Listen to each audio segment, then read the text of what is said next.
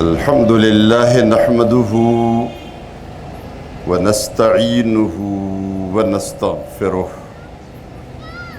ونؤمن به ونتوكل عليه ونعوذ بالله من شرور أنفسنا ومن سيئات أعمالنا من يهده الله فلا مضل له ومن يضلل فلن تجد له وليا مرشدا وأشهد أن لا إله إلا الله وحده لا شريك له وأشهد أن سيدنا وسندنا وحبيبنا وشفيعنا ومولانا ونبينا محمدا عبده ورسوله أرسله بالحق بشيرا ونذيرا وداعيا إلى الله بإذنه وسراجا منيرا أما بعد فأعوذ بالله من الشيطان الرجيم بسم الله الرحمن الرحيم نحن نقص عليك نبأهم بالحق إنهم فتية آمنوا بربهم وزدناهم هدى وربطنا على قلوبهم إذ قاموا فقالوا ربنا رب السماوات والأرض لن ندعو من دونه إلها لقد قلنا إذا شططا هؤلاء قوم اتخذوا من دونه آلهة لولا يأتون عليهم بسلطان بين فمن أظلم ممن افترى على الله كذبا رب اشرح لي صدري ويسر لي أمري واحلل عقدة من لساني يفقه قولي سبحانك لا علم لنا إلا ما علمتنا إنك أنت العليم الحكيم اللهم صل على سيدنا محمد وعلى آل سيدنا محمد كما صليت على سيدنا إبراهيم وعلى آل سيدنا إبراہیم إنك حمید مجید۔ میرے انتہائی عزیز اور محترم بزرگوں، دوستوں اور بھائیوں، اور انتہائی قابل احترام خواتین اسلام، ہم درس قرآن کی مجلس میں بیٹھے ہیں اور آج جس موضوع پر ہماری گفتگو ہے وہ انتہائی اہم موضوع ہے۔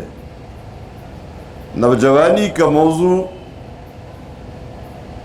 جو ہمارے لیے بہت بڑا امتحان ہے، اللہ کے بندوں کے لیے، مومنوں کے لیے، مومنات کے لیے،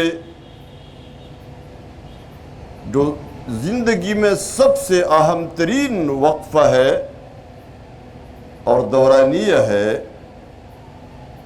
وہ نوجوانی کا ہے۔ اور اسی وجہ سے اس نوجوانی کے بارے میں یہ جو تھوڑی سی عمر ہے، یہ جو ہم کہتے ہیں نا ہم جوان ہیں، کتنا عرصہ آپ جوان رہیں گے؟ جو ہماری بچیاں کہتی ہیں نا ہماری جوانی ہے، کتنا عرصہ یہ جوانی رہے گی؟ چند ہی سال کے بعد آپ کے بال سفید ہوں گے، آپ کی تمام قوتیں کمزور پڑنا شروع ہو جائیں گی، اور یہ جوانی جس کی حفاظت کے لیے آپ نے بہت بڑے تگودو کیے ہیں، مردوں نے بھی اور خواتین نے بھی بڑے قیمتی قسم کے رنگ و روغن اپنے بالوں کو لگانے کے لیے فراہم کر دیے ہیں، لیکن آپ بالوں کو کتنا سفید بالوں کو سیاہ بناتے رہیں گے اور سمجھتے رہیں گے، اپنے آپ کو دھوکہ دیتے رہیں گے کہ ہم جوان ہیں، لیکن یہ چند سال کی مہمان ہے، یہ جوانی ختم ہو جاتی ہے۔ یہ جتنے لوگ سفید ریش ہو چکے ہیں وہ یاد کریں نا اپنی جوانی، ایک دن لگتا ہے کہ بس ہم ایک دن جوان رہے ہیں۔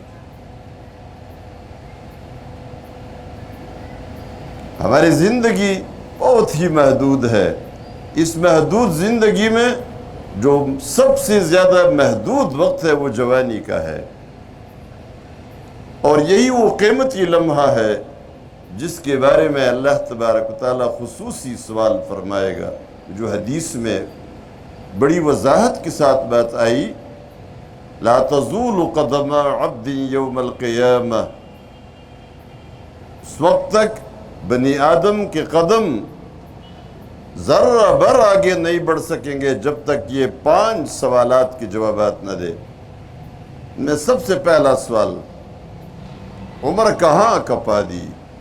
اور دوسرا سوال ہوگا، اس عمر کے اندر ایک وقت آیا ہوا تھا جس کو جوانی کہا جاتا تھا، وَعَنْ شَبَابِهِ فِيمَ أَبْلَاهُ، جوانی کو کہاں ضائع کیا تھا؟ عموماً جوانی ضائع ہو جاتی ہے۔ آج ہمارا موضوع اسی جوانی کے بارے میں ہے جس کے بارے میں اللہ تبارک و تعالی ہم سے سوال کرے گا، اسی کے بارے میں ہم سے پوچھے گا۔ تو اس سے خود بخود یہ بات معلوم ہوتی ہے کہ نوجوانی صرف عمر کا ایک حصہ نہیں ہے، بلکہ یہ ایک قیمتی سرمایہ ہے، یہ ایک امانت ہے، اور یہ ایک بھاری ذمہ داری ہے جس کو ہم نے ادا کرنا ہے۔ غیر ذمہ داری کے ساتھ اس امانت میں اگر ہم نے خیانت کی تو اللہ تبارک و تعالیٰ اس کے بارے میں پوچھے گا، کہاں اس کو ضائع کیا تھا، اس جوانی کو کہاں کپا دیا تھا؟ یہ جو عمر کا ایک حصہ تھا جس میں آپ کی تمام قوتیں جوان تھی، اور جس میں آپ ہر کام اچھے طریقے سے کر سکتے تھے، اس عرصے کو اور اس زمانے کو آپ نے کس چیز میں ضائع کیا تھا؟ اللہ تبارک و تعالیٰ ان جوانوں پر تعجب فرماتے ہیں، یعنی ان سے خوش ہو جاتے ہیں۔ تعجب اسی طرح ہوتا ہے نا کہ کوئی ایسا کام کوئی کرے جس سے مجھے خوشی ہوتی ہو، اور وہ کام اچھے طریقے سے کوئی کرے تو مجھے پھر تعجب ہوتا ہے۔ یہاں مطلب یہ اللہ بہت زیادہ خوش ہو جاتا ہے اس جوان سے جو نوجوانی میں اپنے آپ کو گناہ سے بچاتا ہے، جو نوجوانی میں نیکیاں شروع کرتا ہے، اللہ کی بندگی کرتا ہے، گناہوں سے اب خود بھی بچتا ہے اور دوسروں کو بھی بچاتا ہے، خود نیک بنتے ہیں اور نیکی پھیلاتے ہیں۔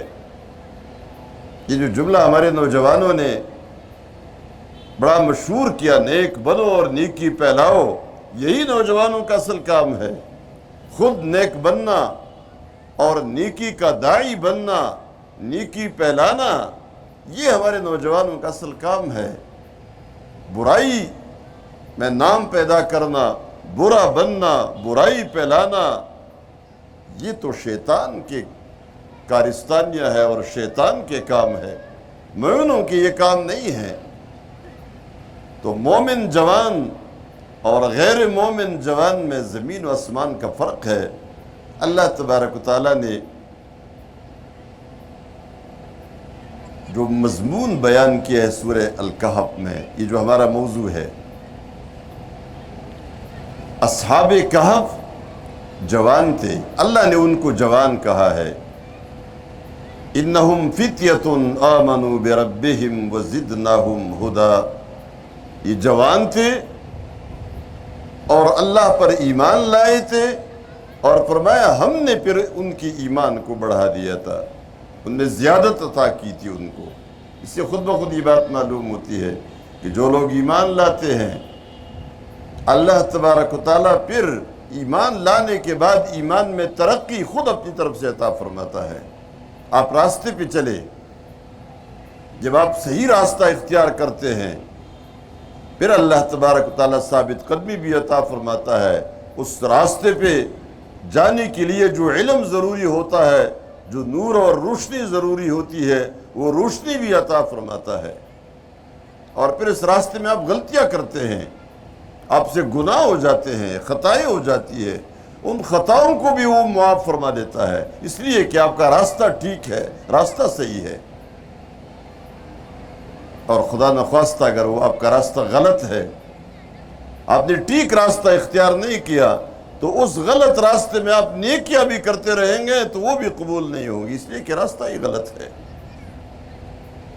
یہ جو کل ہمارا سبق تھا، ان هذا القرآن يهدي للتي هي اقوم، یہ قرآن اس راستے کی طرف ہدایت کرتا ہے، رہنمائی کرتا ہے جو بالکل سیدھا راستہ ہے۔ یہ جو توحید کا راستہ، اللہ کی وحدانیت کا راستہ، کلمہ طیبہ کا راستہ، یہ کلمہ طیبہ صرف پڑھنا نہیں ہے کہ ہم کلمہ پڑھ لیں اور مسلمان بن جائے۔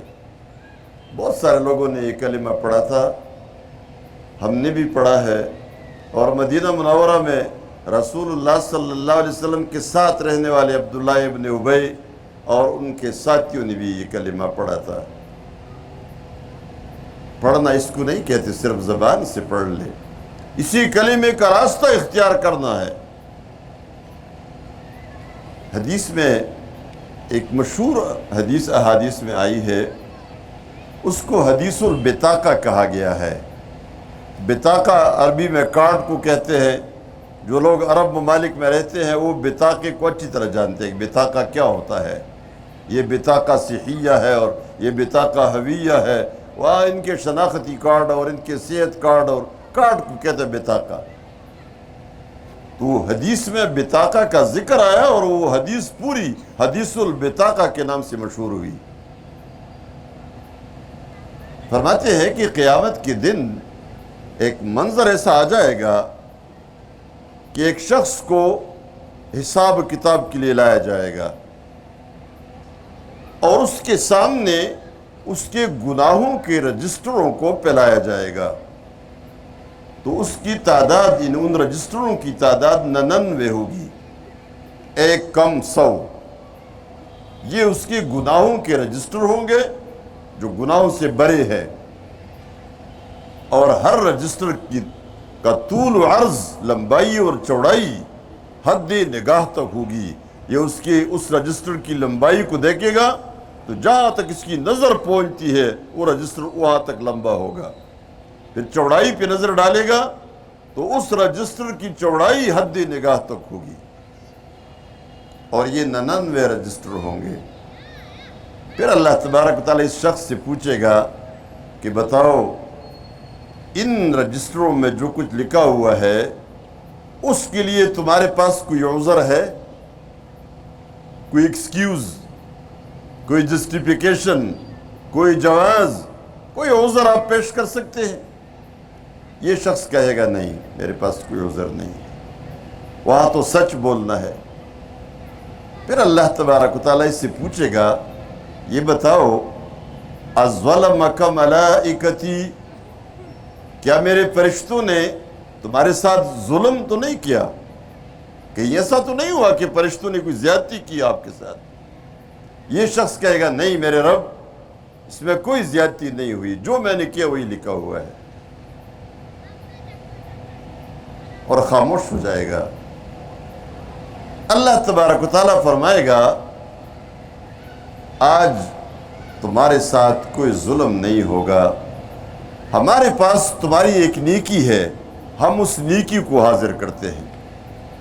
یہ شخص خاموش ہو جائے گا اور دل میں سوچ رہا ہوگا کہ 99 رجسٹر جو گناہوں سے بھرے ہوئے ہیں اور اپنے جرائم، خطائے، جرم جتنے بھی ہیں وہ سارے یاد ہیں، ٹھیک ٹھیک سب کچھ لکھا ہوا ہے، تو ایک نیکی کا کیا اس میں کردار ہوگا جو اس کے بارے میں مجھے عذاب سے بچا سکے؟ اس دوران ایک چھوٹا سا بطاقہ، ایک کارڈ حاضر کیا جائے گا، اس کارڈ پہ کلمہ لکھا ہوگا لا الہ الا اللہ۔ اب جو کلمہ توحید آ جائے گا، اس شخص سے کہا جائے گا احضر وزنک، اب تم اپنے وزن کو دکھاؤ، اپنا وزن دکھاؤ۔ یہ شخص کہے گا ان 99 رجسٹروں کے مقابلے میں میرے ایک کارڈ کا کیا وزن ہوگا، میں اس میں کیا وزن دکھا سکتا ہوں۔ لیکن وہ ایک پلڑے میں اس کارڈ کو رکھ دیا جائے گا اور دوسرے پلڑے میں یہ 99 رجسٹر رکھ دیے جائیں گے۔ یہ پلڑا کیسے ہوگا، یہ ترازو کیسے ہوگا، یہ تولنا کیسے ہوگا، اس کی کیفیت ہم نہیں بتا سکتے اور معلوم بھی نہیں کر سکتے کیسے ہوگا۔ جیسے اللہ نے فرمایا اور جیسے اللہ کی شان کے لائق ہے ویسی ہی ہوگا، یہ کیفیت ہم نہیں معلوم کر سکتے، لیکن یہ رکھ دیے جائیں گے۔ اور یہ ایک کارڈ، ایک بطاقہ جس پلڑے میں ہوگا، یہ پلڑا بھاری ہو جائے گا اور 99 رجسٹر ہلکے ہو جائیں گے۔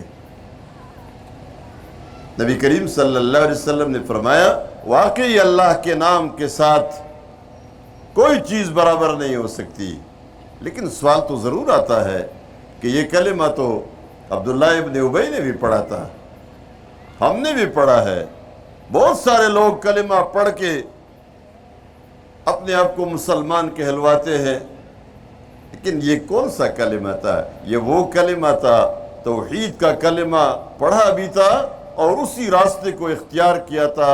توحید کے کلمے کو بلند کرنے کے لیے اس کی پوری جدوجہد تھی، ٹھیک راستہ، ٹھیک بات کی طرف دعوت دینا اور پوری زندگی اسی میں لگا دینا۔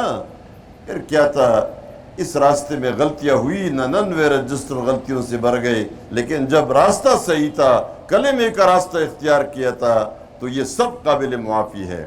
لیکن اگر یہ راستہ ہی غلط ہے، اللہ کی وحدانیت کا راستہ، اور اللہ کی وحدانیت صرف یہ نہیں ہے کہ ہم یہ سمجھ لیں اور یہ عقیدہ رکھیں کہ اللہ ایک ہے، نہیں، اللہ کی پورے نظام کو ایک ماننا پڑے گا اور اس کے ساتھ کسی کو شریک نہیں ٹھہرانا ہوگا۔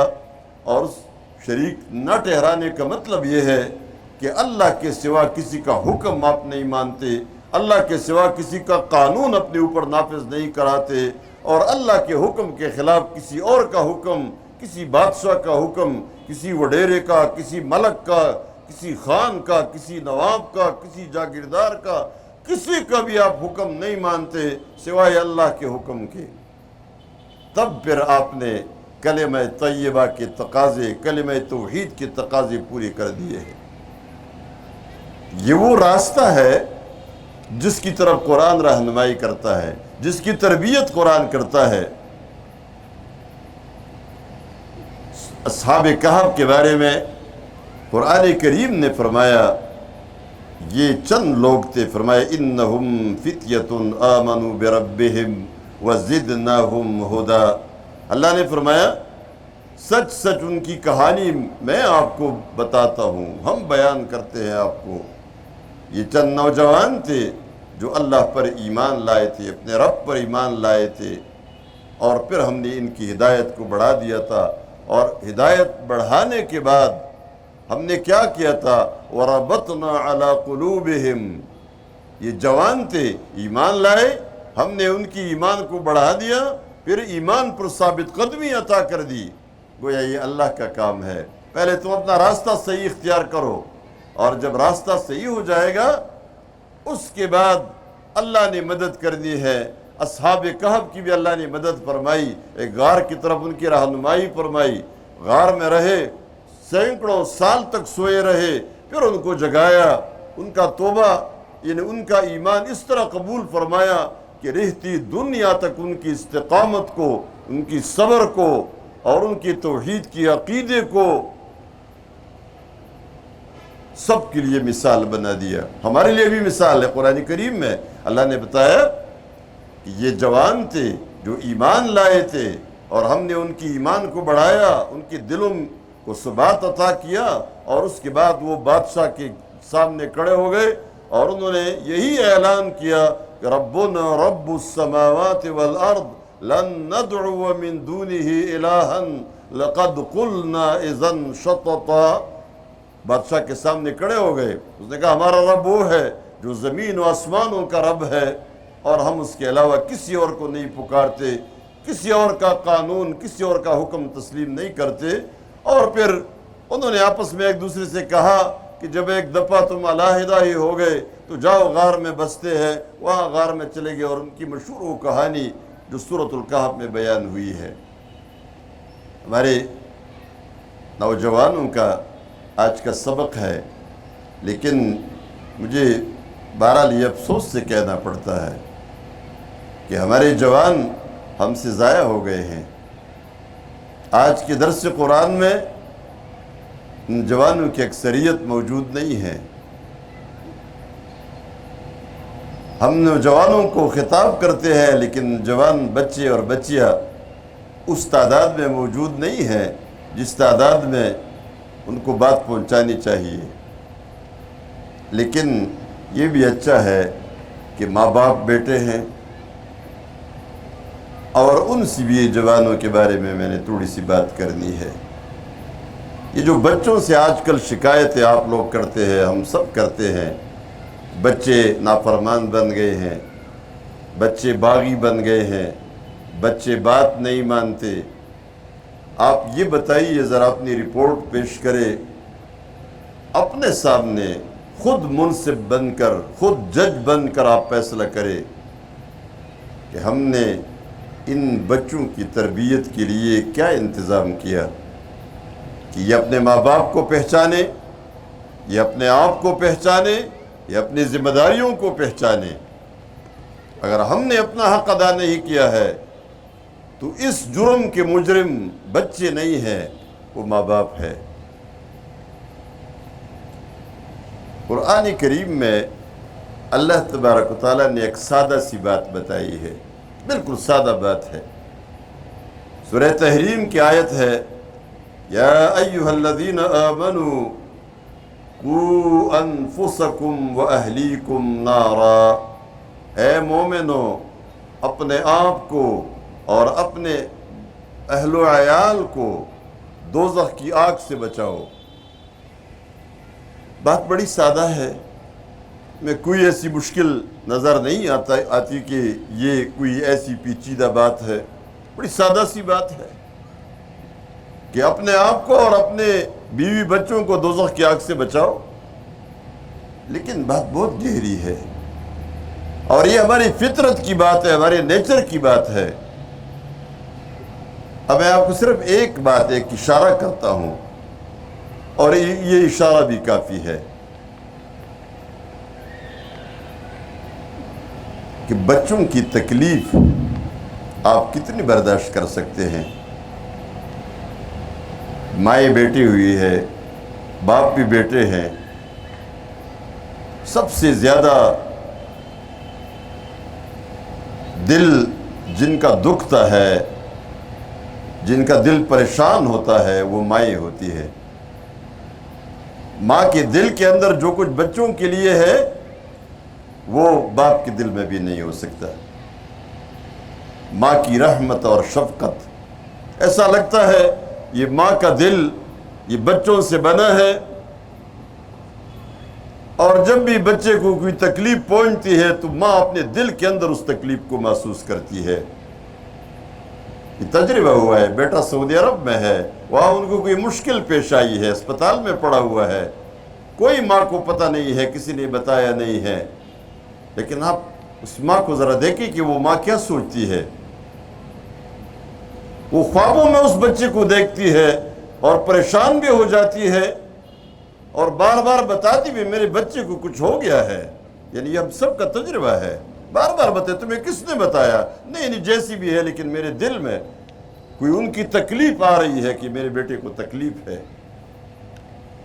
برداشت کر سکتی ہے؟ کبھی بیٹا نافرمان ہو جاتا ہے، ماں اس کو اپنے گھر سے بھی نکال دیتی ہے، غصہ بھی ہو جاتی ہے، بد دعا بھی دیتی ہے، سب کچھ کرتی ہے۔ ہماری ماں اور بلکہ تمام ماؤں کی عادت ہے، اپنے بچے کو آپ نے کبھی بہت کم ماؤں کو سنا ہوگا کہ بچے کو بد دعا دیتی ہے، زیادہ غصہ ہو جاتی تھی۔ یہ مجھے اپنی ماں کی بات یاد ہے، ہمیں غصہ ہو جاتی تھی، بہت زیادہ غصہ، تو بد دعا دینے لگتی۔ تو بد دعا کیا ہوتی تھی ماں کی؟ تمہارا دشمن ہلاک ہو جائے۔ وہ پشتو میں جو ایک محاورہ سا ہے، لیکن اس کا میں نے ترجمہ بتا دیا ہے، بڑے غصے سے تمہارا دشمن ہلاک ہو جائے۔ یہ ماں کی بد دعا ہے، کبھی بد دعا نہیں دیتی، لیکن اتنی ناراض ہو گئی کہ اس کو بد دعا بھی دے دی اور گھر سے نکال دیا۔ لیکن جو ہی گھر سے نکالا، پتہ چلا راستے میں چلتے ہوئے وہ گر گیا ہے اور زخمی ہو گیا ہے اور خون بہہ رہا ہے۔ سب سے پہلے دوڑ کے کون پہنچے گی؟ وہی ماں پہنچتی ہے، نہیں برداشت کر سکتی۔ بچہ رات کے وقت معمولی سا خلاف عادت کانستا ہے اور ماں ساری رات جاگ رہی ہوتی ہے۔ اور یہ بے شمار کہانیاں ہیں جو ہمارے سامنے آئی ہے اور ہمارا تجربہ ہے۔ یہی بات ہے کہ اللہ فرماتا ہے اپنے بچوں کو دوزخ کی آگ سے بچاؤ۔ تم جب جنت میں چلی جاؤ گی اور باپ جنت میں چلا جائے گا، اللہ ہم سب کو جنت میں لے جائے اور دوزخ کی آگ سے ہم سب کو بچائے۔ تم جنت میں چلے جاؤ گے تو سب سے پہلے تم نے سوال کرنا ہوگا ہمارے بچے کہاں ہیں۔ قرآن کریم میں جن لوگوں نے قرآن کو پڑھا ہے وہاں یہ بات آئی ہے نا، ماں باپ جنت میں اوپر کے درجے میں ہوں گے، بچے نیچے ہوں گے۔ فرمایا الحقنا بہم ذریتہم، ہم ان کے بچوں کو کا درجہ بڑھا کر ان کو ماں باپ کے ساتھ ملا دیں گے۔ اس لیے علماء نے لکھا ہے کہ جو لوگ اپنے ماں باپ کے لیے دعا کرتے ہیں درجات کی بلندی کا، وہ در حقیقت اپنی درجات کی بلندی کی دعا کرتے ہیں۔ ماں باپ کا درجہ بلند ہوگا قیامت کے دن تو بچوں کا درجہ بھی بلند کر دیا جائے گا اور ان کے ساتھ ملا دیا جائے گا، اس لیے کہ یہ اپنے بچوں کے بغیر جنت میں بھی خوش نہیں ہے۔ لیکن اگر آپ کو بتایا جائے، آپ کے پوچھنے پر کہ بچے کہاں ہیں، بتایا جائے بچے تو دوزخ کی آگ میں ہیں، جنت میں آنے کا کوئی امکان نہیں ہے، کیا آپ جنت میں کوئی ایک نعمت کا مزہ لے سکتے ہیں؟ کوئی ایک لقمہ آپ کھانے کا لے سکتے ہیں؟ ماں اپنے آپ سے پوچھے نا، جنت میں خوش رہ سکتی ہے؟ جنت کی نعمتوں میں، سدا بہار باغوں میں اور کھانے پینے کی چیزوں میں، سب کچھ میں، کیا ماں برداشت کر سکتی ہے کہ میں جنت میں رہوں اور میرا بیٹا دوزخ کی آگ میں جلے؟ اسی لیے فرمایا، یہ بڑی پیار و محبت کے ساتھ، بڑی شفقت کے ساتھ اللہ نے ہمیں نصیحت فرمائی، یا ایھا الذین آمنوا قوا انفسکم واہلیکم نارا، اے مومنو اپنے آپ کو اور اپنے اہل و عیال کو دوزخ کی آگ سے بچاؤ۔ یہ مسئلہ تمہارا ہے، یہ مشکل تمہاری ہے۔ میں پوچھنا چاہتا ہوں، آج صبح فجر کی نماز کے لیے جن ماؤں نے اپنے بچوں کو نہیں اٹھایا تاکہ اچھی طرح سو جائے اور پھر اسکول جانے کا جو وقت ہے، کالج جانے کا جو وقت ہے، وہ ذرا اچھے طریقے سے نیند پوری کر چکا ہو تو پھر میں اس کو اٹھاؤں گی۔ انہوں نے کیا سامان کیا؟ دنیا کے کچھ ترقی کے لیے کچھ اسباب تو فراہم کر دیے، لیکن اپنے بچے کی جنت کے راستے کو انہوں نے بند کر دیا ہے۔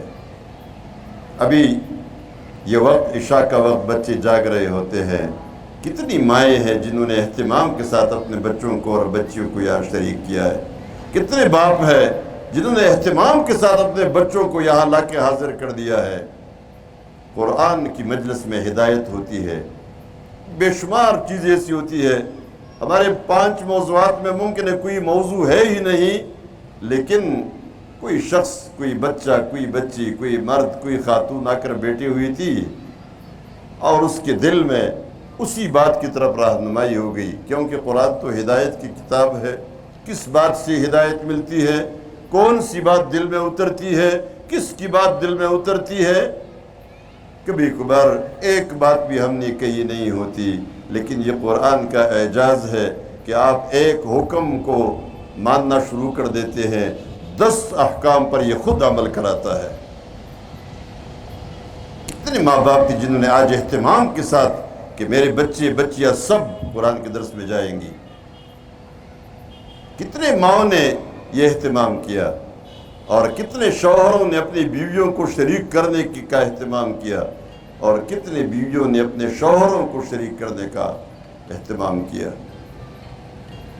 یہ ہے جنت کا راستہ، قرآن کا راستہ جنت کا راستہ ہے۔ قرآن والے اللہ والے ہے۔ نبی کریم صلی اللہ علیہ وسلم نے فرمایا، اگر تم اللہ والوں کو ڈھونڈنا چاہتے ہو، ہم کہتے ہیں نا اللہ والے چاہیے، کوئی اللہ کا بندہ ملے، اللہ والوں کے ساتھ میں بیٹھوں، فرمایا اہل القرآن ہم اہل اللہ، قرآن والے اللہ والے ہیں، قرآن والے اللہ والے ہیں۔ جہاں قرآن والے بیٹھے ہو، مرد ہو خواتین ہو، جا کر وہی بیٹھ جاؤ، وہی اللہ والے ہے، یہی سے آپ کو اللہ ملے گا، اللہ کے ساتھ تعلق قائم ہوگا۔ اور اس میں نوجوانی کا عرصہ بڑا قیمتی عرصہ ہے۔ نوجوانی کی عبادت، اس سے اللہ خوش بھی ہوتا ہے، اللہ تعجب بھی کرتا ہے، راضی بھی ہو جاتا ہے، اور پھر جب یہ بوڑھا ہو جاتا ہے اور جوانی والے کام نہیں کر سکتا تو فرشتوں کو حکم ملتا ہے اس کی جوانی کی تمام عبادات اس کے لیے اب بھی لکھتے رہو، اس لیے کہ جب یہ جوان تھا تو یہ سب کچھ کرتا تھا، اب جب نہیں کر سکتا تو اجر لکھتے رہو اس کے لیے۔ قیامت کے دن سایہ کس کو ملے گا؟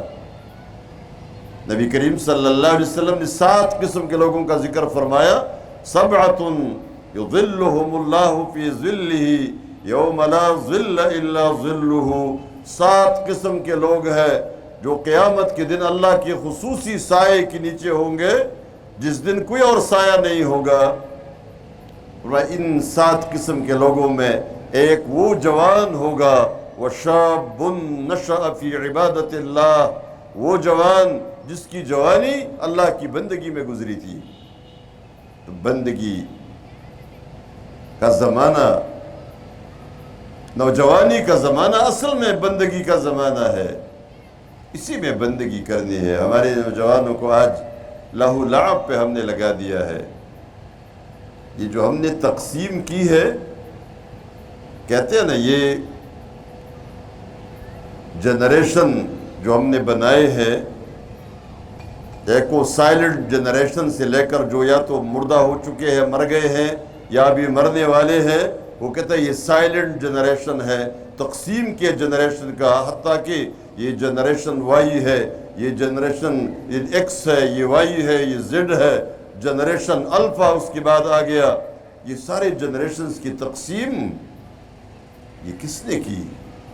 یہ ہم نے نہیں کی، یہ پتہ نہیں یورپ سے، مغرب سے، عالم کفر سے ہمارے لیے یہ چیز آئی، اور ہمارے جنریشن گیپ کے نام سے کہ بچے الگ ہوں گے، یہ عمر 1997 سے 1913 تک اور 1912 سے 25 تک، اور یہ سارے یہ الگ الگ جنریشنز ہیں اور ان کے تقاضے الگ ہیں۔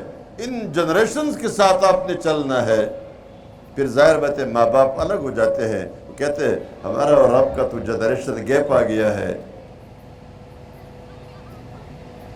ہمیں لوگ کہتے ہیں یہ بچے جو آج کل کے بچے اور بچیاں ہیں جنہوں نے انٹرنیٹ کو دیکھا، انٹرنیٹ کے زمانے ہی میں پیدا ہو گئے، یہ واٹس ایپ اور ٹک ٹاک اور پتہ نہیں کہ فیس بک اور انسٹاگرام اور پتہ نہیں کس کس چیز کے اسی زمانے میں پیدا ہو گئی۔ ٹیلی فون بھی ہے، موبائل بھی ہے، اور ساری چیزیں موبائل کے اندر ہے، یہ سارا یہ سمجھتے ہیں۔ اور بڑی عمر والوں کو کہتے ہیں آج کل جو سفید ریش ہے، کہتے ہیں یہ کچھ نہیں سمجھتے۔ ممکن ہے بچی اپنے ماں سے کہے کہ تمہیں کیا معلوم ہے، اب یہ ماں سے پوچھے کہ حقیقت یہ ہے کہ تمہیں کچھ نہیں معلوم، ماں کو سب کچھ معلوم ہے۔ کیسے معلوم ہے؟ دیکھیں ہماری عمر، میرے خیال میں ہم سب جو میری اور آپ سب کی عمر ہے تقریباً زیادہ تعداد یہی ہے، سب کچھ تو ہمیں معلوم ہے، اس لیے کہ ہم نے وہ زمانہ بھی دیکھا جس میں یہ پی ٹی سیل ٹیلی فون بھی گھروں میں نہیں ہوتا تھا، سالہ سال کے بعد ٹیلی فون لگتا تھا اور اس کی بھی بڑی فیس ہوا کرتی تھی جو کسی کی بس میں نہیں ہوتی تھی۔ ہم نے وہ زمانہ بھی دیکھا جس میں کوئی ٹیلی فون نہیں ہے، کوئی کمیونیکیشن کا ذریعہ نہیں تھا۔ پھر ہم نے پی ٹی سی ایل کا دور بھی دیکھا، گھروں میں ٹیلی فون لگ گئی۔ پھر اس کے بعد موبائل کا زمانہ آ گیا، ہم نے موبائل کو بھی دیکھا، لیکن موبائل کے مختلف مرحلے آئے۔ وہ بڑا موبائل، وہ پاکٹیل کے نام سے اور پتہ نہیں کس کس نام سے، اور اس کے بعد سمارٹ فون آ گیا، اور سمارٹ فون کے بعد یہ جو نئے جتنے سلسلے ہیں، پھر انٹرنیٹ آ گیا، پھر ای میل آ گیا، اس کے بعد واٹس ایپ آ گیا، فیس بک آ گیا، یوٹیوب آ گیا، انسٹاگرام آ گیا، ٹک ٹاک آ گیا، پتہ نہیں جتنی چیزیں آ گئی وہ سب ہم نے دیکھ لی۔ آپ لوگوں نے کچھ نہیں دیکھا، بچوں نے، جوانوں نے کچھ نہیں دیکھا۔ کہتے زندگی کیسے گزارتے تھے؟ یہ ہمیں معلوم ہے کہ زندگی ان کے بغیر کیسی گزرتی تھی، کتنی اچھی زندگی تھی، کتنی پاکیزہ زندگی تھی۔ آج ان چیزوں نے ہماری زندگی کو جس طرح گدلا بنا دیا ہے اور جس طرح ڈسٹرب بنا دیا ہے، یہ ڈسٹربنس اس زمانے میں نہیں تھی۔ لیکن کہتے ہیں نہیں، جنریشن گیپ ہے، ہم جنریشن زی ہے، ہم جنریشن الفا ہے، ہم فلان ہے، ہم فلان ہے۔ ہمارے دین نے تو ہمیں دوسری تعلیم دی ہے، بڑوں کا احترام سکھایا۔ من لم یرحم صغیرنا ولم یوقر کبیرنا فلیس منا۔ جس نے ہمارے بڑوں کی عزت نہیں کی، جس نے ہمارے چھوٹوں پر رحم نہیں کیا، وہ میری امت میں سے نہیں ہے۔ جس نے چچا کو بے احترام دیا اور فرمایا العم بمنزلۃ الاب، چچا تو باپ کی جگہ پر ہے، اور جس نے خالہ کو ماں کا درجہ دیا، الخالۃ بمنزلۃ الام، خالہ تو ماں کی جگہ پر ہے، یعنی اس کا درجہ تو ماں کا درجہ ہے، احترام میں، قدر و عزت میں۔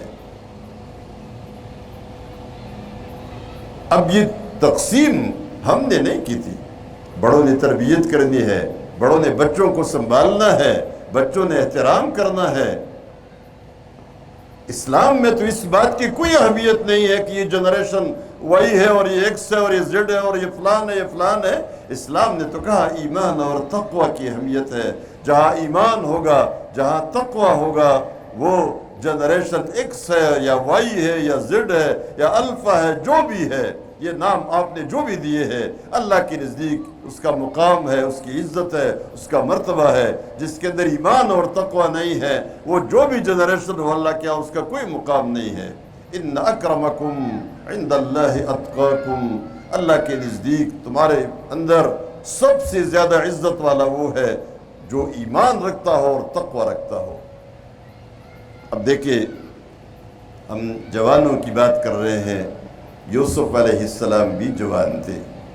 یہ جو آج کل کے جوانی کے تقاضے، فضولیات، لہو لعب، فحاشی، عریانی، بد اخلاقی، بدتمیزی، یہ جوانی کے تقاضے بن گئے ہیں۔ لوگوں کی بے عزتی کرنا، لوگوں کا مذاق اڑانا، بد اخلاقی کے کام کرنا، وہ کہتے ہیں یہ جوانی کے تقاضے ہیں۔ یہ تو جوانی کے تقاضے نہیں ہیں۔ یوسف علیہ السلام جوان ہے۔ آپ نے کہانی سنی ہے، پوری سورہ یوسف اس کہانی کو جس طرح بیان کرتا ہے، وہ آپ میں سے اکثر اس کہانی کو سنا ہوگا۔ یوسف علیہ السلام جوان ہے، خوبصورت ہے، تنہائی میں ہے، قوت شباب بالکل موجوں پر ہے، اور ایک بڑی معزز خاتون، معزز اس لحاظ سے کہ وہ بادشاہ کی بیوی ہے۔ باقی تو مصر کا معاشرہ اسی طرح کا معاشرہ تھا، بے حیائی کا، بد اخلاقی کا معاشرہ، جس میں بڑے فخر کے ساتھ ایک خاتون، ایک بڑے معزز شخص کی بیوی بدکاری کا مطالبہ اپنے غلام سے کرتی ہے، یہ معاشرہ تھا۔ لیکن مطالبہ ہوا، اور جس انداز میں ہوا، یہ سب کچھ موجود تھا، جوانی موجود تھی، خواہشات نفس یہ بالکل اپنے جوبن پر تھے، جذبات اور خواہشات نفسانی یہ سب کچھ موجود ہے، لیکن یہ پیشکش ہوئی اور بڑے عجیب انداز میں ہوئی، لیکن زبان سے کیا جملہ نکلا؟ قال معاذ اللہ، اس نے کہا میں اس سے اللہ کی پناہ مانگتا ہوں، میں اس سے اللہ کی پناہ مانگتا ہوں۔ یہ جوانی تھی، یوسف علیہ السلام جوان تھے، اور جوان تو کبھی کبھار پوری تاریخ بدل دیتے ہیں۔ حضرت یوسف علیہ السلام نے تمام جوانوں کے لیے ایک مثال قائم کی ہے، بد اخلاقی کی ماحول میں، بدتمیزی کی ماحول میں، بے حیائی اور فحاشی کے ماحول میں جب خود آپ کا واسطہ آ جائے تو کیا آپ نے اسی بحیر میں بہہ جانا ہے؟ نہیں، آپ کو جملہ سکھایا گیا، تم بولو، زور سے کہو معاذ اللہ، میں اللہ کی پناہ مانگتا ہوں اس سے۔ یہ ہمارے لیے ایک سبق ہے، ایک مثال ہے۔ اور پھر اللہ نے کیا مدد فرمائی؟ اللہ نے ان تمام چیزوں سے یوسف علیہ السلام کو بچائے رکھا، حتیٰ کہ اکیلے ووٹ اور نوٹ نہیں تھا، لیکن اللہ نے مصر کا حکمران بنا دیا۔ اخلاق سے ملک پتہ ہوتے ہیں۔ ہمارے آج نوجوانوں سے بھی، بڑوں سے بھی جو کردار کی اور اخلاق کی خوشبو تھی وہ ہمارے دامن سے ختم ہو گئی۔ ہمارا دامن کردار کی خوشبو سے خالی ہے، اس لیے ہماری بات میں بھی اثر نہیں ہے اور ہمارے کاموں میں بھی اثر نہیں ہے۔ یوسف علیہ السلام اکیلے ہیں، لیکن یہ ساری خوشبوئیں، کردار کی خوشبو، اخلاق کی خوشبو، اطاعت کی خوشبو، تقوی کی خوشبو، ایمان کی خوشبو، اس سے پورے معمور دل، اور پھر نتیجہ آپ سب نے دیکھ لیا کہ مصر کی حکمرانی نصیب ہوتی ہے، اور بادشاہ نے خود اپنی بادشاہت پیش کی ہے، وہ ہم سب کے سامنے ہے۔ اسی طرح ابراہیم علیہ السلام بھی جوان ہے۔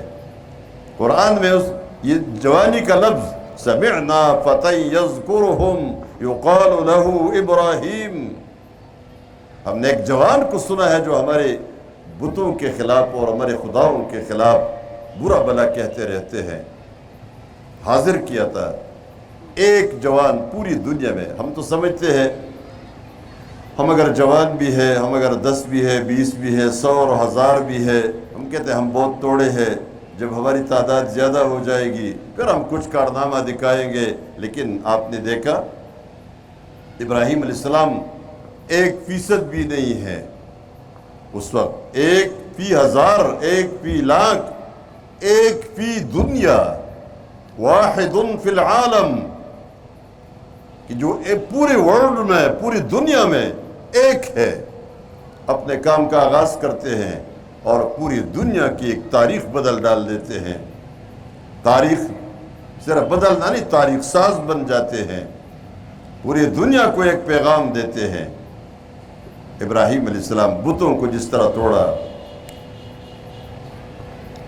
جس طرح آگ میں ڈالے گئے، جس طرح ہجرت کی، اور پھر اللہ نے ان سے کیسے کام لیا، پوری دنیا کے لیے ایک امام بنا دیا، آپ کی ملت کو پوری دنیا کی ملت بنا دیا۔ یہ جوان تھے۔ محمد بن قاسم 17 سال کی عمر میں، 17 سال کی عمر بہت چھوٹی عمر ہوتی ہے، 17 سال کی عمر میں یہ جو ہمارا سن اسلام کا دروازہ بنا دیا، سن کو 17 سال کی عمر، جوان تھے۔ صحابہ کرام میں حضرت علی رضی اللہ تعالیٰ عنہ جوان ہے، اسامہ بن زید رضی اللہ تعالیٰ عنہ جوان ہے، معاذ بن جبل رضی اللہ تعالیٰ عنہ جوان ہے، یہ سارے جوان تھے۔ نوجوانوں نے جو کارنامے دین اسلام میں انجام دیے ہیں، آپ غزوہ بدر کے انٹرنیٹ پر وہ لسٹ موجود ہے، غزوہ بدر کے 313 یا 311 یا 317 لوگ، ان کو دیکھیں، ان کی اکثریت 40 سال سے کم عمر کی تھی، وہ جوان تھے۔ عبداللہ ابن مسعود رضی اللہ تعالیٰ عنہ بدر کی کہانی سناتے ہیں کہ جب ہم صفے بنا رہے تھے تو میرے دائیں بائیں 2 چھوٹے بچے آ کر کھڑے ہو گئے، جوان تھے، بچے تھے۔ کہتے ہیں کہ میں نے دل میں یہ تمنا کی کہ کاش میرے دائیں بائیں ایسے مضبوط جوان ہوتے تو میں اچھی طرح دشمن سے لڑتا۔ کہتے ہیں وہ چھوٹا جو نوجوانی میں تھا لڑکا تھا، اس نے مجھ سے پوچھا کہ انکل آپ ابو جہل کو جانتے ہیں، مجھے دکھا سکتے ہیں؟ کہتے میں نے اس سے کہا کہ تم ابو جہل کو پہچانتے ہو کہ یہ کون ہے؟ اس نے کہا ہاں میں پہچانتا ہوں۔ نے کہا وہ کون ہے؟ وہ کہتا ہے یہ وہ شخص ہے جو اللہ کے رسول صلی اللہ علیہ وسلم کی مخالفت میں آپ کو گالیاں دیتا ہے اور آپ کو برا بلا کہتا ہے، آپ کے مقابلے میں لشکر لے کر آیا ہے۔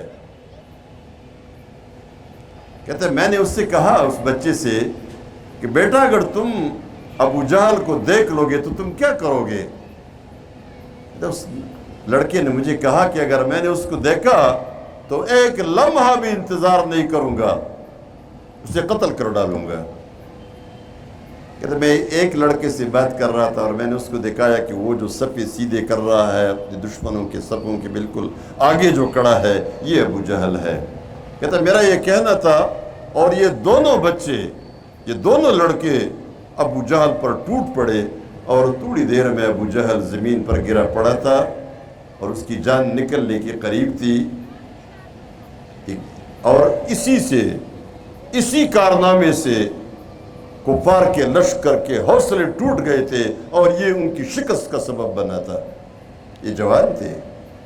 آپ ان جوانوں کے کارنامے دیکھیں دین اسلام کے لیے، تو یہ نہیں کہ جوان سارا دن کھیلتا رہے گا، اور نوجوانوں کے لیے جو ہم اسلامی ذہن رکھنے والے لوگ کوئی انتظام کریں گے، یوتھ کے لیے کوئی بندوبست کریں گے، کوئی نظام بنائیں گے، تو ہم کھیل کود کا بندوبست کریں گے، تو کھیل کود تو ان کے لیے بہت زیادہ ہے، آپ سے اچھا دوسرے لوگ کراتے ہیں۔ ان نوجوانوں کو اپنے ساتھ لانا، ان کی تربیت کرنا، دین اسلام کی طرف ان کو لانا، اور ان کو اللہ کی دین کے کام پر لگانا، اللہ کے راستے کے مجاہد بنانا، اور اللہ کی دین کی خدمت ان سے لینا، اسی پہ لگانا اپنے بچوں کو اور اپنے بچیوں کو۔ صحابہ کرام میں سے جتنے نوجوان تھے، اللہ کے رسول صلی اللہ علیہ وسلم نے ان کو بڑے کام حوالے کیے۔ معاذ ابن جبل کو یمن کا گورنر بنایا تھا اور آپ کو رخصت کر رہے تھے، پوری کہانی مشہور ہے، معلوم ہے۔ اسامہ بن زید کا لشکر، ایک نوجوان کی قیادت میں یہ لشکر بنا تھا، اس لیے کہ جوان ہی وہ کام، یعنی وہ مشکل کام انجام دے سکتے جس کو بوڑھے سفید ریش لوگ، معمر لوگ نہیں انجام دے سکتے۔ ان کی رہنمائی ضروری ہے، ان کی تربیت ضروری ہے، لیکن کام تو ان جوانوں نے کرنا ہے۔ اب آپ دیکھیں جو سب سے اہم کام ہے نوجوانوں کو اگر ہم حوالے کریں اور بہت ہی اہمیت کے ساتھ وہ اس ہوم ورک کو لے لے کہ ہمارے نوجوان کیا کرے، سب سے پہلا جو کام ہے اپنی نظروں کی حفاظت کرے، نظر کی حفاظت، اپنی آنکھوں کو گناہوں سے بچانا، اور دوسرا اپنے موبائل پر کنٹرول کرے۔ میں آج لکھ رہا تھا کہ اپنے بچوں کے لیے کچھ چیزیں جمع کی جائے، ان کو کوئی ہوم ورک دے دیا جائے، یہ تمہارے لیے جو الفابیٹس ہوتے ہیں الف با تا سا کی طرح چند کام ہے کہ اپنے موبائل پہ کنٹرول کریں۔ اور آج ہمارے امتحانات میں اور ہماری تعلیم میں جو کمزوریاں آ رہی ہے، ماہرین یہی کہتے ہیں کہ وہ موبائل سمارٹ فون کی وجہ سے ہمارے بچوں کے دماغ اور ان کی حافظے خراب ہو گئے ہیں۔ کتنے بچے ہیں جو اس وقت ہسپتالوں میں پڑے ہیں، موبائل سمارٹ فون ماؤں نے دے دیا تھا انہیں، اور اسی سمارٹ فون کے نتیجے میں جب وہ گھنٹوں اس کے اوپر لیٹا رہا اور دیکھتا رہا، میموری لاس ہو گیا ہے۔ یعنی میرے علم میں جتنے بچے ہیں، گویائی ختم ہو گئی ہے بچوں کی۔ یہ کیا ہے؟ بچے کے دماغ کا جو گروتھ ہو رہا ہوتا ہے ہر لحاظ سے، آنکھوں کے لیے، کانوں کے لیے، میموری کے لیے، اور اس کے جسم میں جہاں جہاں تک دماغ، ظاہر بات ہے دماغ بھی سب کچھ کنٹرول کر رہا ہے، اس میں اگر آپ نے غیر فطری طریقے سے مائیں اپنے بچوں کے ہاتھ میں موبائل اسمارٹ فون دے دیتی ہے تاکہ یہ مصروف رہے اور میں اپنے کام کاج کے لیے فارغ رہوں۔ یہ بچے جو شرارت کرتے تھے، بچے روتے ہیں، بچے کبھی کبھار برتن توڑتے ہیں، گھر میں بس یہ ان کی تربیت ہو رہی ہوتی ہے، یہ ان کا ایک سسٹم ہے، وہ سیکھتا ہے۔ وہ جب رو پڑے، ماں غصہ کرے، نصیحت کرے، وہ برتن توڑے، وہ گھر میں بہت سارے ایسے کام جن پہ ماؤں کو غصہ آتا ہے، یہ سب بچوں کی ایک گروتھ ہو رہی ہوتی ہے، ایک ترقی ہو رہی ہوتی ہے، ان کی تربیت کا ایک مرحلہ ہے۔ اس مرحلے میں بچے کو آپ نے بالکل خاموش کر کے، سائلنٹ کر کے بٹھا دیا ہے اور لٹا دیا ہے، اور پورا دن گزرتا ہے بچے کی اس میں کوئی تربیت نہیں ہو رہی، باتوں میں لیٹ ہے، وہ باتیں نہیں کر پا رہا۔ اسی طرح اس کی میموری ضائع ہو رہی ہے، اس کے گویائی خراب ہو رہی ہے، اس کی سماعت متاثر ہو رہی ہے، اس کی نظر خراب ہو رہی ہے۔ ممکن ہے کسی جگہ ان میں سے کوئی خرابی پیدا نہ ہو، لیکن یہ مثال نہیں ہے۔ ڈاکٹر بتاتے ہیں کہ یہ موبائل اسمارٹ فون پہ بچے کا لیٹا ہوا اور پورا دماغ اس کا اسی طرف متوجہ ہوتا ہے، گھنٹے گزر جاتے ہیں، بچہ سر نہیں اٹھاتا، اسی کے اوپر اکثر سو جاتا ہے، اس کے بغیر وہ کھانا نہیں کھاتا۔ اسی اسمارٹ فون نے ہماری صحت کو بھی خراب کر دیا، ہماری تعلیم کو بھی خراب کر دیا، اور جو کچھ رہ گیا تھا وہ آپ لوگوں نے، ماں باپ نے خود خراب کر دیا کہ ان کو بتایا کہ اب تم نے اتنے نمبر بھی لینے ہیں، ڈاکٹر بھی بننا ہے، انجینئر بھی بننا ہے، اور پھر اس کے بعد اس بچے کو آپ نے دوسرے کاموں پہ ایسے لگا دیا کہ جب اس کا نتیجہ نکلتا ہے، عام طور پر میٹرک پاس بچوں کے لیے اور F A F S C کرنے والے بچوں میں خودکشی کی تعداد بہت زیادہ ہو گئی ہے۔ میں ایک ضلع میں، پاکستان کا ضلع ہے، وہاں قرآن کلاس کے لیے گیا، تو جو ہی میں شام کو وہاں پہنچا، کل صبح ہماری کلاس شروع ہونی تھی، تو وہاں سے ایک شخص آیا، سادہ لباس میں تھا، لیکن اس نے مجھے کہا کہ میں یہاں جو پولیس کے آفیسر، ڈی پی او کہتے ہیں، اس کے ڈسٹرکٹ پولیس آفیسر ہوں، مجھے ڈپٹی کمشنر نے آپ کے پاس بھیجا ہے۔ میں نے کہا شاید کوئی پابندیاں لگا رہا ہوگا کہ یہ ہے وہ ہے۔ میں نے کہا جی بتائیے۔ اس نے کہا کہ ہم سب نے مشورہ کیا ہے کہ چونکہ آپ کی کلاس میں یہاں ہزاروں لوگ جمع ہوتے ہیں، مرد بھی خواتین بھی، تو ہمارے کچھ مسائل ہے۔ میں نے کہا کیا مسائل ہے؟ کہتا ہے اس ضلع میں خودکشی کی تعداد زیادہ ہو گئی ہے، اور خودکشی کی اس تعداد میں لڑکوں سے زیادہ بچیاں شامل ہیں، بچے اتنے بچیاں شامل ہیں، اور وہ جا کے کہیں دریا میں چلانگ لگاتی ہے کہ دوسرے طریقوں سے اپنے آپ کو قتل کر ڈالتی ہے، خودکشی کرتی ہے۔ یہ کیوں؟ پھر میں نے اسباب معلوم کیے، مسائل کیا ہے۔ تو جب رزلٹ کا اعلان ہوتا ہے اس دن کئی جنازے اٹھتے ہیں، اور جنازے کبھی ملتے بھی نہیں ہیں۔ ماں باپ پریشان ہوتے ہیں کہ ان بچوں کو کنٹرول کیسے کیا جائے۔ کڑی نگرانی ہوتی ہے، لیکن یہ خراب کس نے کیا؟ یہ ان ماں باپ نے خراب کیا کہ اس کو بتایا ہے کہ تم نے اگر اتنے نمبر نہیں لیے تو پھر گھر نہیں آنا، پھر تمہاری خیر نہیں ہے۔ یہ ساری دنیا، سارے بچے ڈاکٹر بنیں گے، یہ آپ کو کس نے کہا ہے؟ یہ سارے انجینئر بنیں گے، یہ باقی کام کس نے کرنے ہیں؟ یہ جو پولیس والے ہزاروں کی تعداد میں رحیم یار خان میں موجود ہے، یہ کام کس نے کرنا ہے؟ یہ جو سیکریٹریٹ میں یہ ساری حکومت چلانے کا، یہ حکومتی جو مشینری چلا رہی ہے، یہ کون لوگ ہیں؟ یہ سارے ڈاکٹر بن جائے تو پھر یہ سارے کام کون کرے گا؟ جتنے ڈاکٹر بننے ہیں، یہ قدرت کا نظام ہے کہ جتنے ڈاکٹروں کی رحیم یار خان میں ضرورت ہے، اتنے ہی سکلز اللہ پیدا کرتا ہے اور کر چکا ہے رحیم یار خان کے ان لوگوں میں جنہوں نے ڈاکٹر بننا ہے، وہ بنیں گے۔ جتنے انجینئرز کی ضرورت ہے، اتنی سکلز اللہ نے پیدا کیے ہیں، اور اتنی لوگ یہاں انجینئر بن جائیں گے۔ یہ جو آپ نے بزور یہ ذمہ داری لی ہے، میں نے اپنے بچے کو ضرور ڈاکٹر بنانا ہے، میں نے اپنے بچے کو انجینئر بنانا ہے، یہ ظلم ہم نے خود کیا ہے۔ یہ خودکشی پر مجبور ہم نے بچوں کو خود کیا ہے. اس کے بارے میں ماں باپ سے پوچھا جائے گا تم نے یہ اس طرح کے کام میں مداخلت کیوں کی تھی؟ تو موبائل اسمارٹ فون کو کنٹرول کرے. اور میں آپ کو ایک دردناک بات بتا رہا ہوں. کچھ عرصہ پہلے آپ جب موبائل ٹیلی فون استعمال کرتے تھے، کسی کو کال کرتے تھے تو آپ کو ایک میسیج آتا تھا، وہ اب ختم کر دیا ہے. وہ میسیج آتا تھا کہ اسمارٹ فون کے، موبائل فون کے اور انٹرنیٹ کی خرابیوں سے اپنے آپ کو بچائے اور اپنے بچوں کو بچائے. پتہ ہے کیا ہوا تھا؟ ان لوگوں نے کیوں چیخ لگائی؟ اس لیے لگائی کہ جب اسمارٹ فون میں انٹرنیٹ، یوٹیوب اور فیس بک سب کچھ بچے کے لیے آزاد ہے، بچہ ایک چیز پہ کلک کرتا ہے. آپ کو معلوم ہے جب جس چیز پہ آپ کلک کرتے ہیں وہی چیزیں آنا شروع ہو جاتی ہے. بدکاری اور بد اخلاقی اور بدتمیزی کی جتنی چیزیں موجود ہیں اس میں تو کوئی کمی نہیں ہے. ہمارے یہاں کوئی پابندی بھی نہیں ہے. لیکن میں یورپی ممالک میں آپ سب لوگ گئے ہوں گے، میں بھی گیا ہوں، وہاں ہم انٹرنیٹ کو کھولتے ہیں.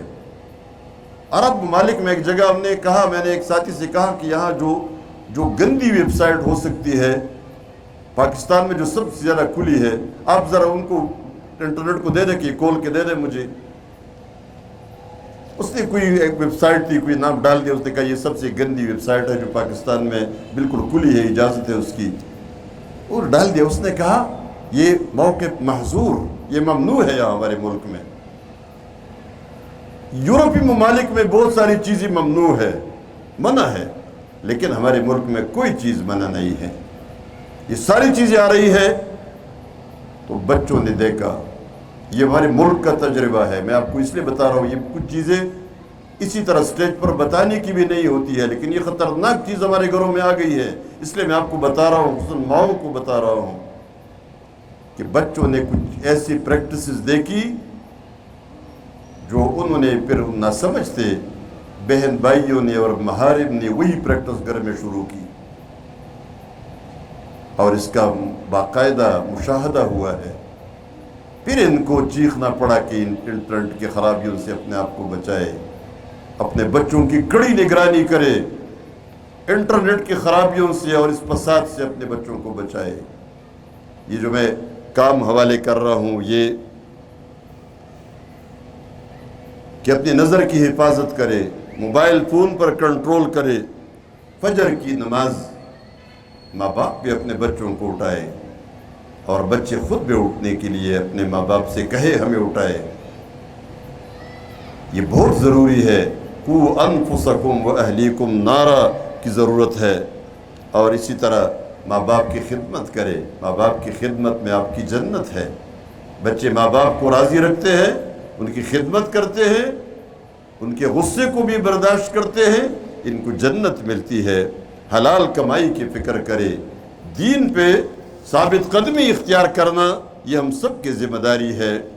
ہم نے ہمارے بچوں کو جس مصیبت میں لگا دیا گیا ہے، فحاشی پر، عریانی پر، اور خصوصاً جب پھر امتحان کا وقت آتا ہے تو ہمارے بچوں کو آئس کے نشے پہ لگا دیا. کہا کہ تم 6 دن تک نہ تمہیں نیند آئے گی اور فریش رہو گے، فوکس برقرار رہے گا، برابر رہے گا. تو یہ 6 دن تو یہ فوکس ان کا برقرار رہا. واقعی اس میں لوگ کہتے ہیں کہ یہ فائدہ تو ہے، لیکن اس فائدے کے پیچھے اس کی پوری زندگی کی تباہی چھپی ہوئی ہے. بچہ نشے کا عادی بن جاتا ہے، اس آئس کے بغیر وہ گزارا نہیں کر سکتا. ہمیں کہا، یہ جو میں نے کل بھی آپ کو بتایا تھا شاید، کہ یہ سب کچھ مغرب سے ہمارے پاس آ گیا ہے. اپنے بچوں کے لیے انہوں نے تعلیم کا، ریسرچ کا، تحقیق کا انتظام کیا. ہمیں جن کاموں پہ لگا دیا.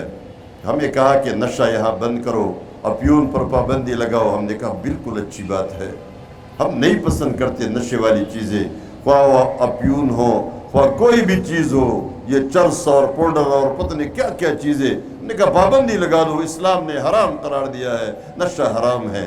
لیکن آئس کہاں سے آیا؟ یہ تو وہی یورپین ممالک سے آیا. یہ ساری مرکبات کہاں سے آئی ہمارے پاس؟ یہ تو وہاں سے آئی ہے. اس لیے اس سے خبردار رہنا اور اپنے بچوں کی حفاظت کرنا یہ ہم سب کی ذمہ داری ہے. کہ جو بے مقصدیت، کوئی مقصد ہمارے بچوں کا نہیں ہے سوائے لہو لعب کے، ان تمام مصیبتوں سے اپنے آپ کو اور اپنے بچوں کو بچانا ہے۔ یہی آج کا ہمارا سبق تھا، اسی پہ فوکس کرنا ہے، اور جوانوں کو بھی جوان بننا ہے، وہ جوان جسے اللہ نے جوان کہا، جسے اللہ کے رسول صلی اللہ علیہ وسلم نے جوان کہا، اسی میں ہماری کامیابی ہے۔ اللہ تبارک و تعالی ہمارے بچوں کو نیک اور صالح بنائے، اور ہمارے جتنے بھی بچوں کے حوالے سے مشکلات ہے ہماری زندگی میں ہماری رہنمائی بھی فرمائے۔ اقول قولی ھذا واستغفر اللہ لی ولکم ولسائر المؤمنین۔ ہم نے جو آج کا ہوم ورک آپ کو دینا ہے، وہ ہوم ورک بڑا اہم ہے کہ آج پہلے تو مجھے یہ بتائیے کہ کل میں نے 3 سوالات اپنے آپ سے کرنے کا کہا تھا، کس کس نے رات سونے سے پہلے وہ 3 سوالات اپنے آپ سے کیے تھے؟ ذرا ہاتھ اٹھائیے، شاباش۔ ہاں، میرے خیال میں خواتین کی تعداد زیادہ ہوگی۔ جو بچے ہوم ورک نہیں کرتے اسکول میں بھی ان کو سزا ہوتی ہے۔ اب وہ سزا کیسے آپ کو دی جائے کہ جس نے ہوم ورک نہیں کیا ہے وہ آج اپنا کام دگنا کرے۔ ایک تو یہ کہ کل کے لیے جو ہوم ورک میں دے رہا ہوں وہ یہاں لکھا ہوا ہے کہ ہر نوجوان اور بڑے عمر کے بھی، مرد خواتین سب 5 نمازیں باجماعت پڑھیں، خواتین اپنے گھروں میں بر وقت اپنی نماز ادا کریں۔ یہ صرف کل کے لیے نہیں ہے، پوری عمر کے لیے ہے، لیکن کل کی پریکٹس آپ کریں تاکہ مزہ اور یہ لذت آپ کو محسوس ہو کہ کتنی لذت ہوتی ہے جب ہم نماز پڑھتے ہیں۔ ٹینشن فری زندگی جو لوگ گزارنا چاہتے ہیں وہ نمازوں کی پابندی کرے۔ یہ جو ڈپریشن کی بیماریاں ہے، ٹینشن کی بیماریاں ہے، مردوں کو بھی ہے، خواتین کو بھی ہے، یہ جو انزائٹی کا مسئلہ لوگوں کو ہے، حقیقت میں یہ کچھ بھی نہیں ہے۔ آپ ذرا نمازوں کی پابندی شروع کریں، پھر آپ کو پتہ چلے گا ڈپریشن کیا چیز ہے اور وہ کہاں چلا گیا، یہ نمازوں کے اندر ہے۔ اور آخرت میں بھی نماز کا فائدہ ہوگا جب پوچھا جائے گا ما سلککم فی سقر، یہ دوزخ کی آگ میں کون لے کر آیا، کون سی چیز لے کر آیا تمہیں؟ تو جواب ہوگا قالوا لم نک من المصلین، ہم نماز نہیں پڑھتے تھے، ہم نماز نہیں پڑھتے تھے۔ اس لیے نماز دنیا کی زندگی میں بھی سکون کا ذریعہ ہے اور آخرت میں بھی سکون کا ذریعہ ہے۔ میں نے ایک دعا اس میں ہم نے شامل کی ہے کہ ماں باپ رات کو سونے سے پہلے اپنے بچوں کے لیے یہ دعا ضرور کرے، اللہم احفظ شبابنا من الفتن۔ عربی میں کوئی نہیں پڑھ سکتا، لکھا ہوا ہے باقاعدہ، اگر آپ دیکھیں زیر زبر کے ساتھ ہم نے لکھ دیا ہے تاکہ آپ اس کو عربی ہی میں یاد کریں، لیکن اگر یاد نہ ہو سکے تو اے اللہ اردو میں، اے اللہ ہمارے بچوں کو موجودہ زمانے کے فتنوں سے بچا۔ بڑے بڑے فتنے آئے ہیں جس نے ہمارے بچوں کو برباد کر کے رکھ دیا ہے۔ ان فتنوں سے بچاؤ کے لیے آپ نے اسباب بھی فراہم کرنے ہیں اور اللہ سے دعا بھی کرنی ہے۔ یہ آپ کا ہوم ورک۔ کل کا موضوع ہمارا خواتین کے بارے میں ہے، آپ کی کتاب میں موجود ہے، اس کو اسٹڈی کریں، پہلے دیکھیں، اور کل انشاءاللہ اس کا درس ہوگا۔ اقول قولی ھذا واستغفر اللہ لی ولکم ولسائر المؤمنین۔ یہ کچھ دعوت نامے آپ کے لیے تیار ہے، وہ دعوت نامے ساتھ لے جائے۔ کل جمعہ ہے، آپ کے بچوں کی بھی چھٹی کا دن ہے اور آپ سب کی چھٹی کا دن ہے، جمعۃ المبارک ہے۔ تو جمعہ کا دن ویسے بھی جمعے کی نماز میں اعلانات کرے، دعوت نامے تقسیم کرے۔ اور یہ جو کل کا ہوم ورک آج میں نے آپ کو پاس نہیں کیا ہے، فیل تو میں نہیں کہوں گا لیکن میں نے پاس نہیں کیا ہے، اس کے بعد جو بھی ہے تو اچھا ہے کہ کل آپ پاس ہو جائے۔ کم از کم 5 لوگوں کو کل جمعے کے دن جو چھٹی کا دن ہے، اگلے دن بھی چھٹی ہے اور اس سے اگلے دن بھی، اتوار کو بھی چھٹی ہے،